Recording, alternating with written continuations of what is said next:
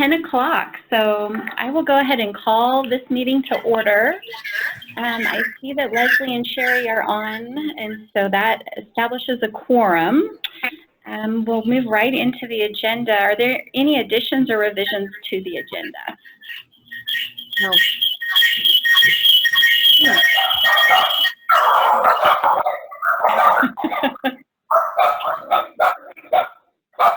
Okay, we'll move right on to 3.0, which is correspondence and public comments. Individuals wishing to address the county court may do so at this time and at other times throughout the meeting. Speakers are asked to raise your hand. For folks who are on the Zoom platform with us, there's actually, if you click at the bottom of your screen, there's a little toggle that says participants, and if you click on that, a thing will open up to the right-hand side, and there's a place there that actually is a little button that says raise hand. So if you're on the Zoom platform with us, if you're joining us via computer, then you can raise your hand using that. If you're on the phone, you can unmute yourself by doing *6, and that will unmute your mic if you'd like to leave a comment. So are there any folks who would like to have a public comment? I'm not hearing anything. Pat, can you mute your phone? Or mute your... There you go. Thank you.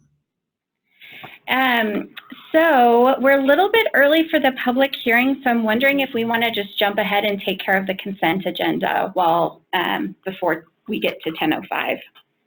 Okay. Leslie, did you have any comments about the consent agenda? I don't. It looks good to me. Yeah, I agree.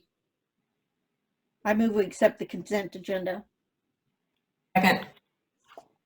It's been moved and seconded that we approve the consent agenda, which consists of consider approval of March 18th regular meeting minutes, consider approval of March bills pending review, consider approval of grant application for County Assessment Function Funding Assessment Program, or CAFA, and resolution number R 2020-09, and consider approval of non-emergency medical transportation agreement with Logisticare Solutions.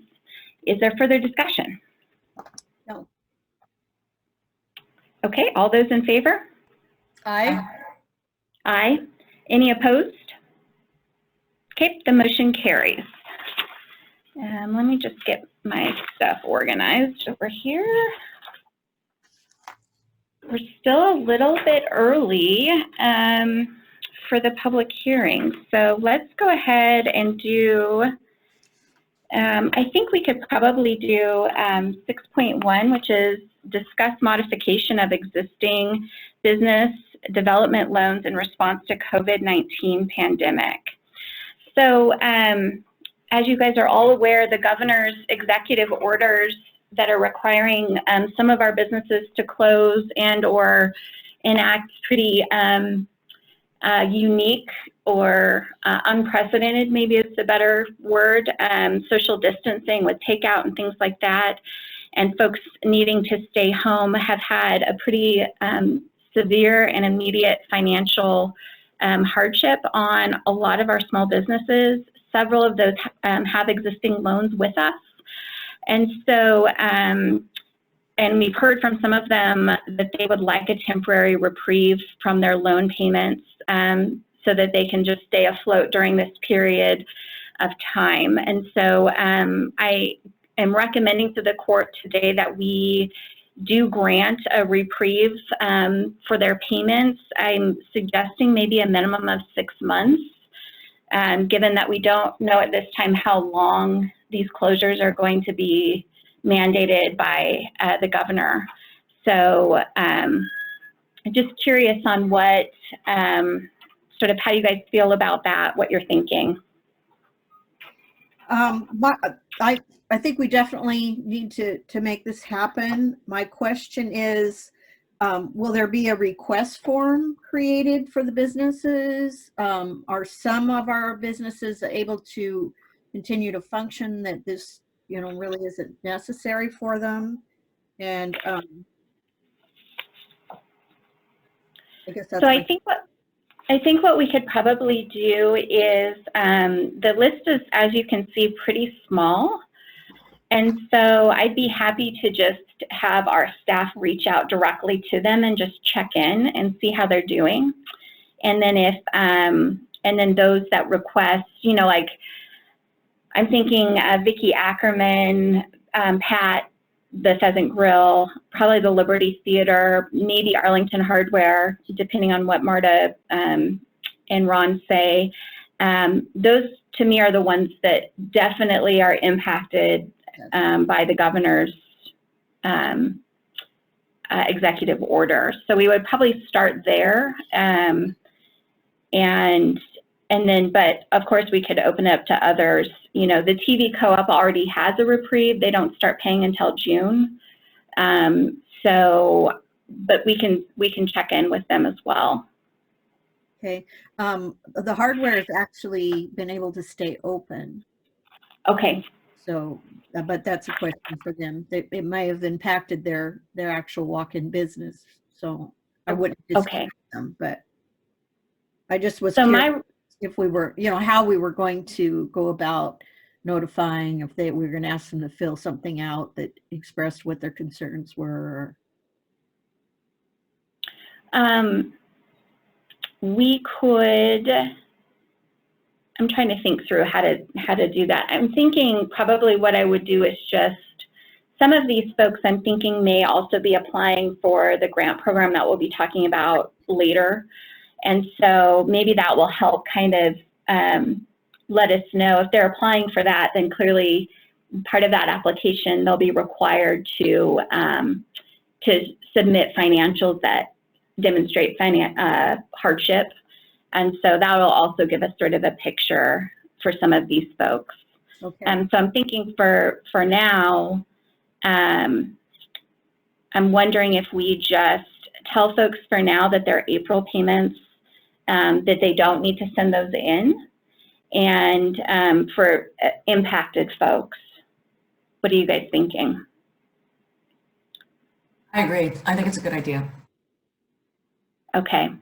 So would it be easier for me to just call these folks and kind of fill them out on how they're doing financially? And then we can, because we're going to have to bring back legal loan documents to be able to do these. And so I'm thinking we can tell folks verbally that we're going to be doing this. So for those that are impacted, and to sort of sit tight until we are able to actually get those documents drafted and back to the court. Okay. Does that work?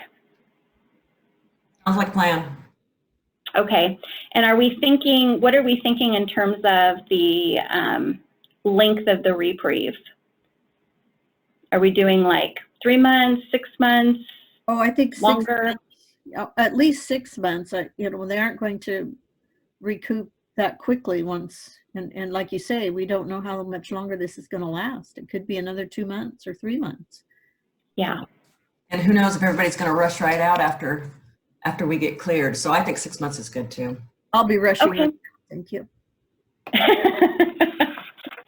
Okay, so what I will do is I will follow up with the businesses on this list to check in with them.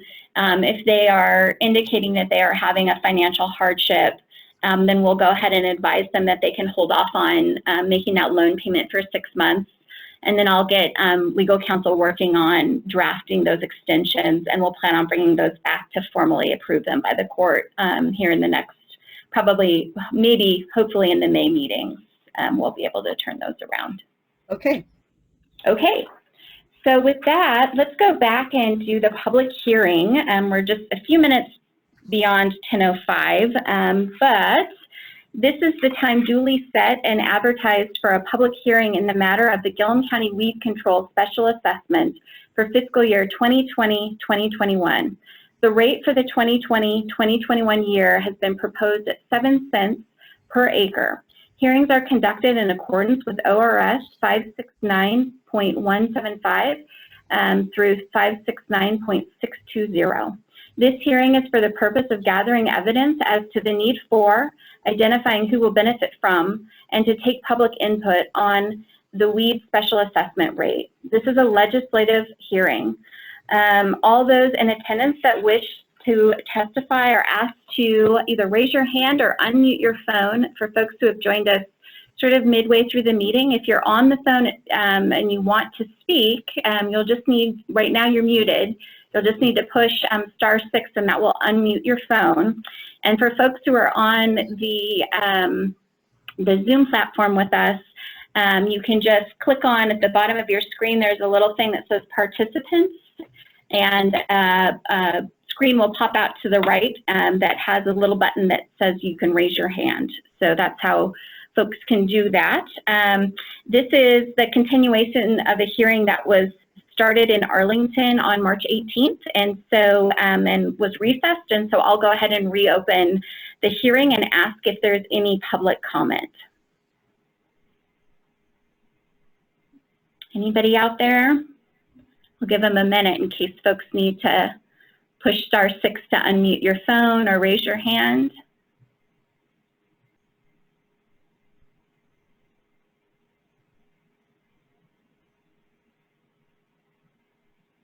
Okay.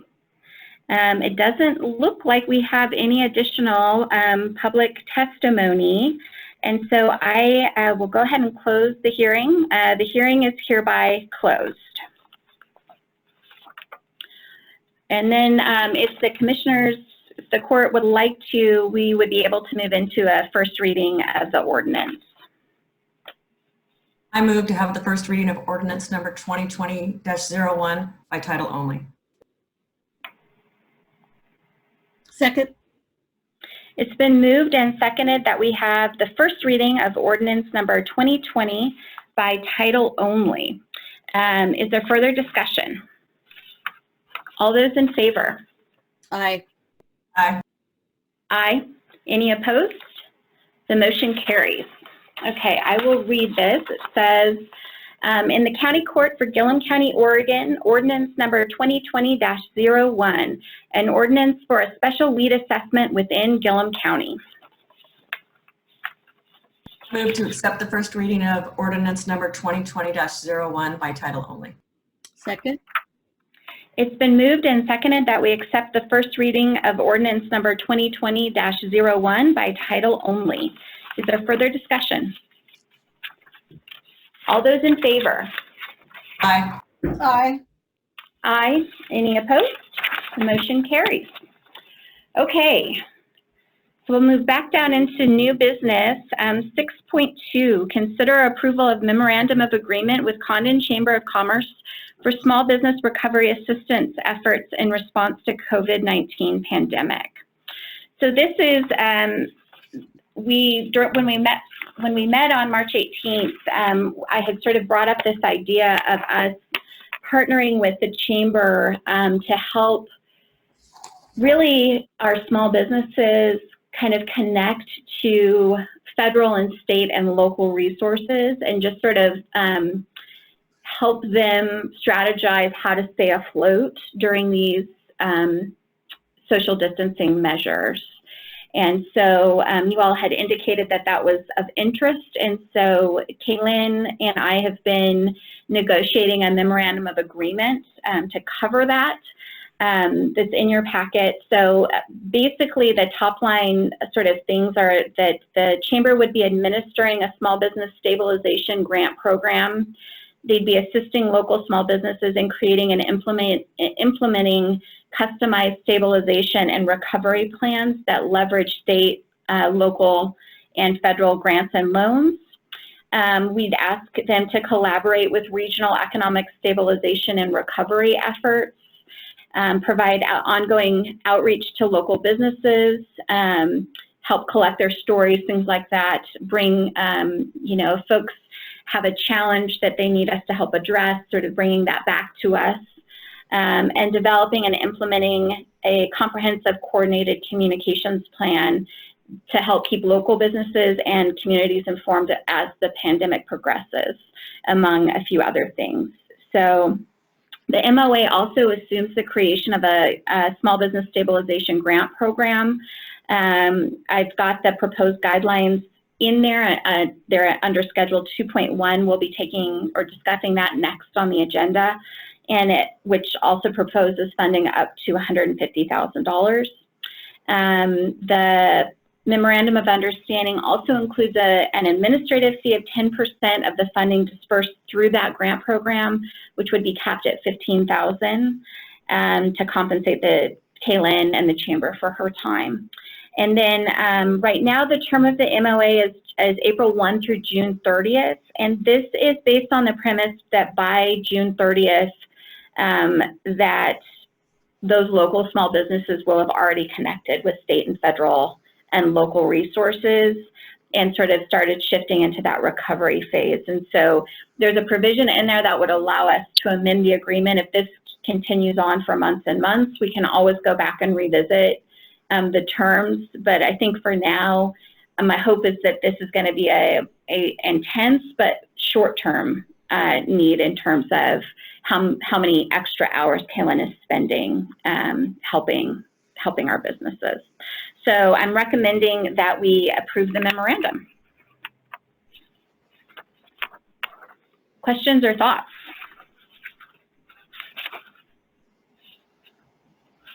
I think we're just very lucky to have her, and I'm thankful that she's available and willing to help. What kind of legal counsel does the Chamber of Commerce? I don't think they have one. I just wondered who on their side actually reviewed the memorandum. Just Kaylin, okay. As far as I know. She may have shared it with board members too. I'm not sure who else she shared it with internally. Okay. Have we reached out to the people that we're stating are going to be the committee? Yes. Okay. Yep, we've reached out to the committee would have the cities, Bank of EO, the Small Business Development Center, and Columbia Basin, along with the Chamber, and then I would serve on the county's behalf.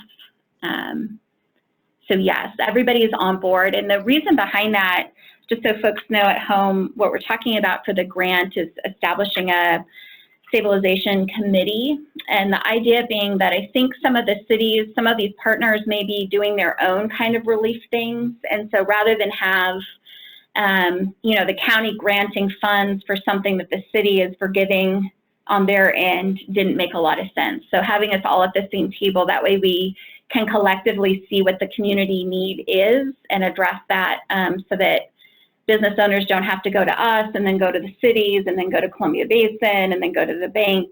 That way we're all around the same table seeing what those needs are as they come in. Okay. I don't think I have any other questions. You good, Leslie? Yes, I think I commend you on all the work that you've been doing on this. Thank you. I'm excited. This is going to be good, I think. Yeah, I hope it's what our businesses need to keep the doors open in the future. I move to approve Memorandum of Agreement for Small Business Stabilization Programs in response to COVID-19 pandemic as presented. Second. It's been moved and seconded that we approve the Memorandum of Agreement for Small Business Stabilization Programs in response to the COVID-19 pandemic as presented. Is there further discussion?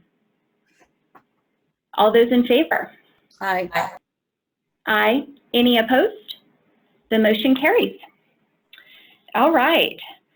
So this goes in directly into the next item, which is consider approval of funding for small business stabilization grant program.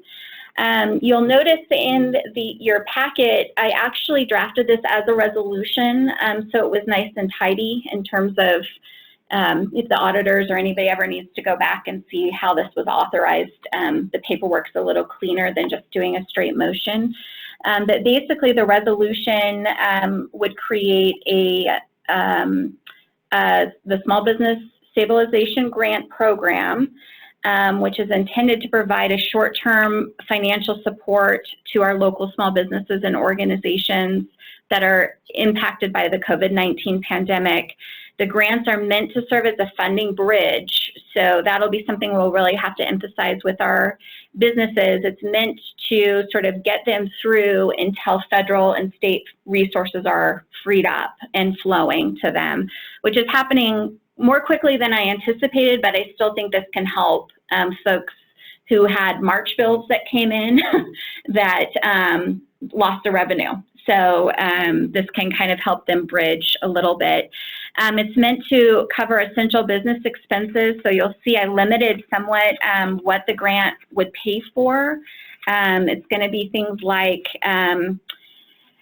payroll and benefits, building leases or mortgage payments, equipment leases, utilities, and business insurance, with the idea being that our goal is to keep businesses viable during this period so that we don't have folks who are defaulting on mortgage payments or things like that. So the Chamber of Commerce would administer the program in accordance with the guidelines that were established by us. And then the funding source identified was the host fees that are dedicated to our business development loan program. We have about $166,000 that came in from that, and because the loan program's dormant, we haven't touched those. So that should more than cover the $150,000 plus the $15,000 in administrative fees for the chamber. And I think that's it. Okay. Questions about it? How many businesses do we anticipate might need to participate in this? Well, that's a good question. We held a small business roundtable discussion last week, and I'm guessing there were probably, and there were some Wheeler County businesses on there as well, but I think there were probably at least 30 businesses that participated, and a lot of them are in the same boat. So, I mean, I would anticipate for sure that we'll see most of the restaurants in Gilliam County, probably all of the lodging establishments.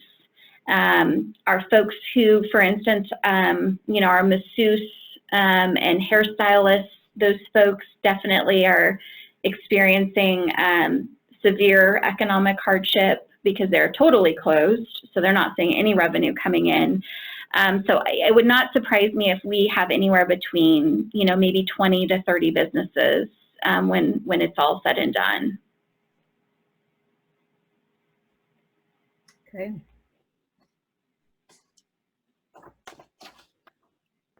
I don't have any further questions. Do you, Leslie?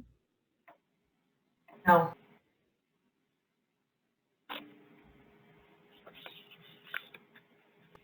Do we have a motion?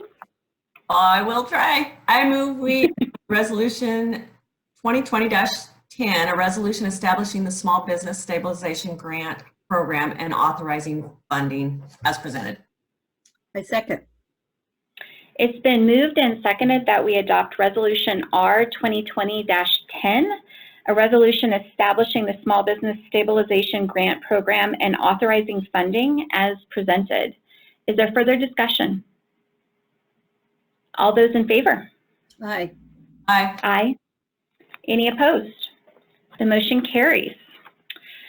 Okay, 6.4 is just a update. I wanted to give you an update on some of the other things that are happening that we're working on within the county for COVID response. I just wanted to note for folks, let me think of where to start. We are getting, for our senior meal sites, we've been delivering those meals weekly, and I think I don't know how many folks they're serving in Arlington, but I think Sabrina mentioned about 40 plus in Condon, so pretty good participation. One of the things I wanted to just highlight, and I hope this is all right, but some of our seniors are really insistent that they want to pay for those meals. And of course, we're advising our staff who's dropping those off not to take cash and have that sort of close interaction with them, because the whole point is to not have that. And so I'm wondering how you guys would feel about us just saying that as long as these closures are in place, that Gilliam County will just pick up the tab for those meals. They're normally $4 to $6, depending on if you're a senior or not. And it just seems like, you know, we've got emergency funds that will cover that. It's not a huge expense. And for a lot of these folks, they're sort of financially maybe have a little bit more hardship anyway. And so I just wanted to see what your appetite was for us to go ahead and just tell them that for this period of time while we're doing those deliveries, that they don't need to pay for those meals. Yeah, I agree. That's being a senior myself. The less contact we have, the better. So I think that's a great idea. Okay. I do too. We need to keep our drivers safe. Okay. So I will let Sabrina know that. Also just wanted to flag, in addition to the other closures that we talked about during the last meeting, the food pantries are implementing a different style of delivery for their food this time. They're going to be doing pre-packed food boxes rather than sort of the shopping model that they normally use. And so volunteers will come in, pack the boxes, and then they'll either be distributed via curbside pickup for folks who have transportation, and then for those who do not, then Gilliam County Transportation will go ahead and just drop them off at folks' doorsteps. So just wanted to sort of, it's not really our program, but I just wanted to highlight for folks who are on the phone that they'll be doing that. Other than that, major things that are happening, we're continuing to do a full-page ads in the Times Journal, just pushing out information about Gilliam County's closures, our partners' closures. We're going to sort of be shifting the message just a little bit to start talking about some of the small business assistance that's available. Also just pushing out some of the information from Oregon Health Authority about what's allowed and what's not under stay-home provisions. So folks are clear on, you know, whether they should have play dates or not, which the answer is no for those who are watching at home. You should not be scheduling play dates for your children right now.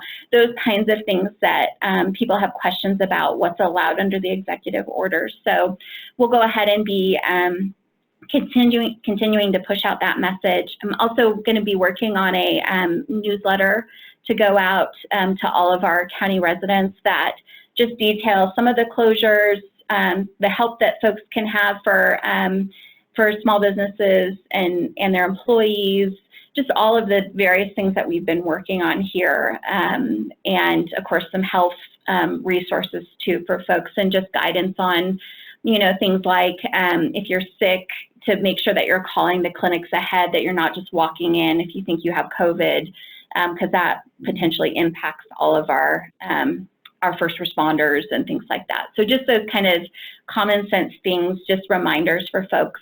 So I'm going to be putting that together probably later this week and early next week, and I'm happy to share a draft with the two of you once it's put together to give a read before we get it printed.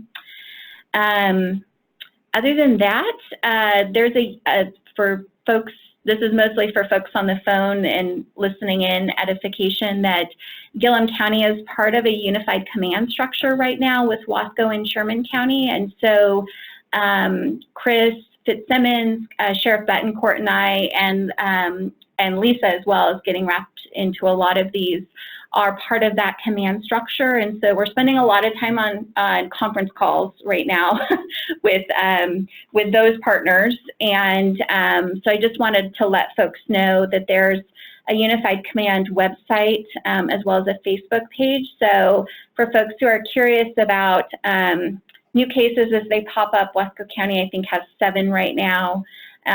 Things like that are coming out of Unified Command. That's a good place for people to go to get sort of up to the minute information. And then the Sheriff's Office is also trying to share as many of those posts as they can, so folks are aware of what's happening. And let me think if there's anything else. I think that those are the highlights. Any questions? or things that we should be doing that we're not doing yet. Does anyone listening in have a comment?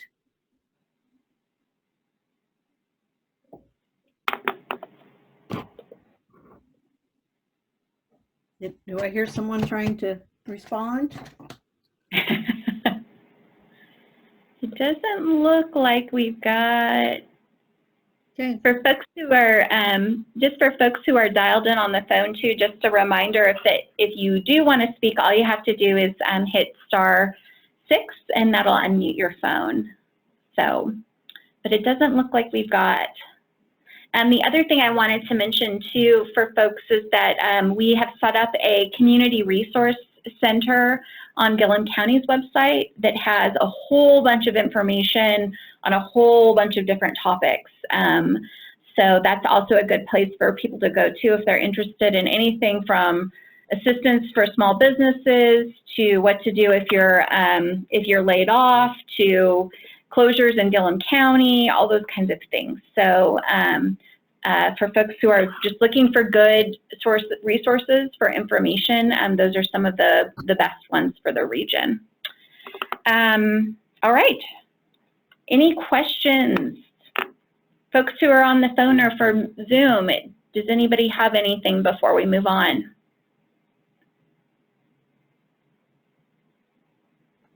It doesn't look like it. Okay, we've got one last thing, which is consider approval of funding for Mormon cricket control efforts.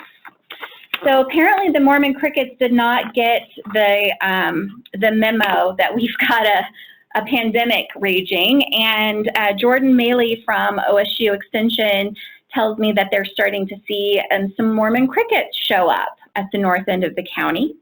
And so they have requested that we provide funding up to $105,360, which is what we approved last year, for them to do their annual Mormon cricket control efforts. So the funding would be used to purchase insecticide and also to contract for aerial spraying. And you can see that Jordan gave some estimated costs in there.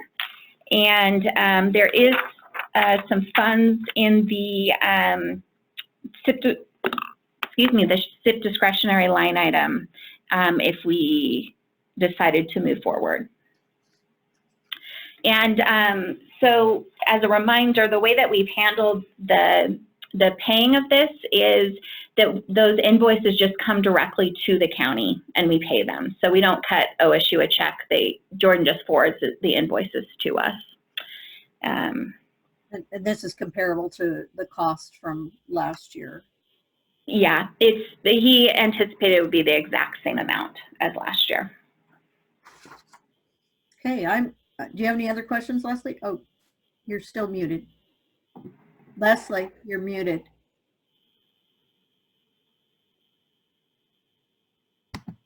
Sorry, I'm having technical difficulties.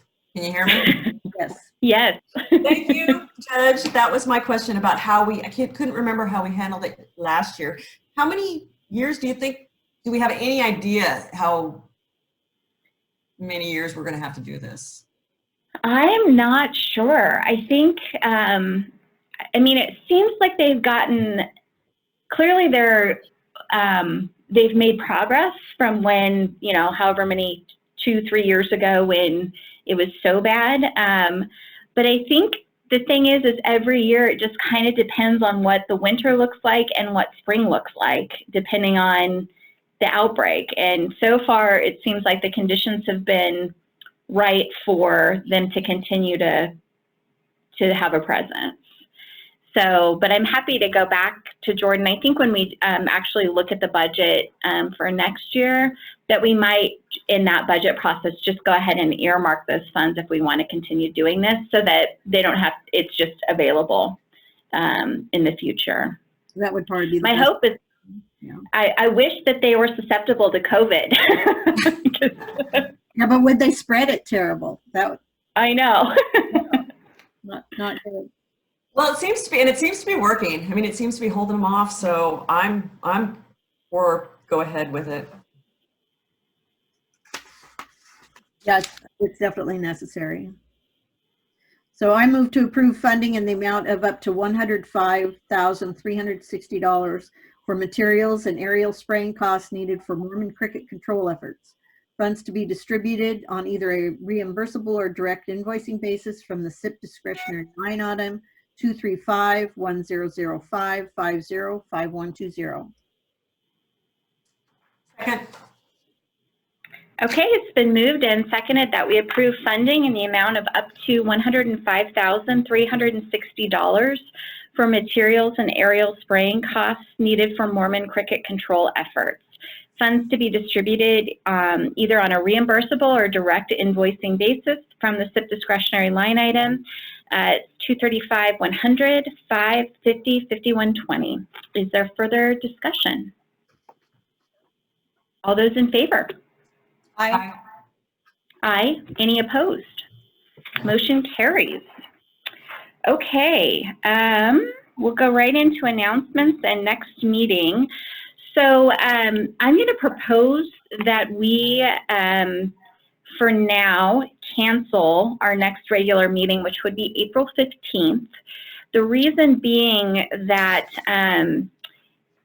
because it's a statewide response, our legal counsel has been dealing with a lot of COVID-related needs from other municipalities in the state. So they're kind of backed up on sort of our regular business stuff at the moment. And so I'm proposing that if we have some things that do come available, rather than doing a regular meeting and trying to shoehorn those in, that we just consider doing a special meeting if needed between now and the May meeting. Does that work for you guys? It does. Yes. Okay. The other thing, because we've been getting questions about this, is related to the budget calendar. Originally, we would have been doing our first budget meeting this morning. Obviously, that did not occur because of our social distancing things. I think Nathan is going to be trying to get that rescheduled for May. But right now, some of the information that we're getting may be that these closures will last into May.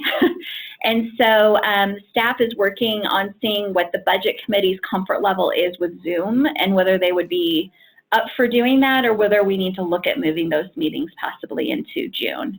So I just wanted to give, because we've got quite a few folks on the phone, some of which I'm sure apply for grants from us. In fact, I know some of them on the phone and Zoom do apply for grants from us. And so that grant process, because it's tied to the budget, is also being sort of pushed into May or June, depending on how long these closures last.